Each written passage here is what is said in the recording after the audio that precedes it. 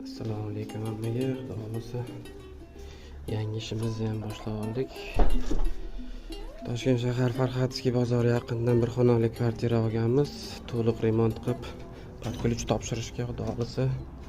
Kvartiramiz Novostroykalardan 6-etajda joylashgan bo'ladi. Перегородочный stenalar o'tashab, bu yog'ini oshxonaga, bu yog'ini yana bir spalniy xonaga bo'lmoqchimiz. Hozircha buzish ishlarini olib boryapmiz. Bu yerda sanuzilimiz joylashgan. Sanuzilni ham xudo xolasa перегородкasini buzib tashlab, ozgina 40 cm bu yoqqa ko'chirib, sanuzilni ham ozgina kattarib